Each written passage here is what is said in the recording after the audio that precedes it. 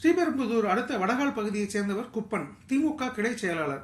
இவர் கடந்த சில தினங்களுக்கு முன்பு அதீத மதுபோதையில் ஸ்ரீபெரும்புதூர் பத்திரப்பதிவு அலுவலகத்திற்குள் வந்துள்ளார். அப்போது அலுவலகத்தில் பத்திரப்பதிவு அலுவலர் இல்லாததால் ஆவேசமடைந்த குப்பன் அலுவலரின் நாற்காலியில் அமர்ந்து கொண்டு காலை தூக்கி டேபிள் மீது வைத்துக் கொண்டு, நான் 1,00,000 ரூபாய் லஞ்சம் கொடுத்தும் இன்னும் என்னிடம் டாக்குமெண்ட் வழங்கவில்லை, யாரும் லஞ்சம் கொடுக்காதீங்க என கூச்சலிட்டு அட்டகாசம் செய்துள்ளார். அத்துடன் சரமரியாக தகாத வார்த்தைகளையும் பேசியுள்ளார்.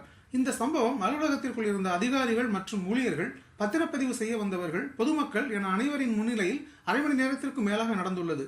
அரசு அலுவலகத்தில் ஒரு ஆளும் கட்சி நிர்வாகி மது போதையில் அலுவலரின் இருக்கையில் அமர்ந்து அட்டகாசம் செய்த காட்சிகள் வீடியோவில் தெளிவாக பதிவாகியுள்ளது.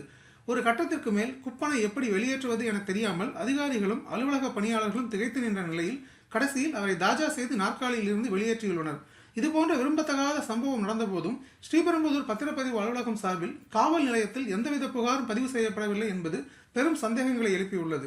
இதற்கிடையே 2 தினங்களுக்கு முன்பு அதே பத்திரப்பதிவு அலுவலகத்தில் கேமரா ஆபரேட்டராக பணிபுரியும் பெண் ஒருவர் குப்பன் தன்னை தரக்குறைவான வார்த்தைகளால் திட்டி கொலை மிரட்டல் விடுத்ததாக ஸ்ரீபெரும்புதூர் காவல் நிலையத்தில் எழுத்துப்பூர்வ புகார் மனு அளித்துள்ளார். சம்பந்தப்பட்ட திமுக நிர்வாகி மீது உடனடியாக விசாரணை நடத்தி சட்டப்படி கடும் நடவடிக்கை எடுக்க வேண்டும் என பொதுமக்கள் வலியுறுத்துகின்றனர்.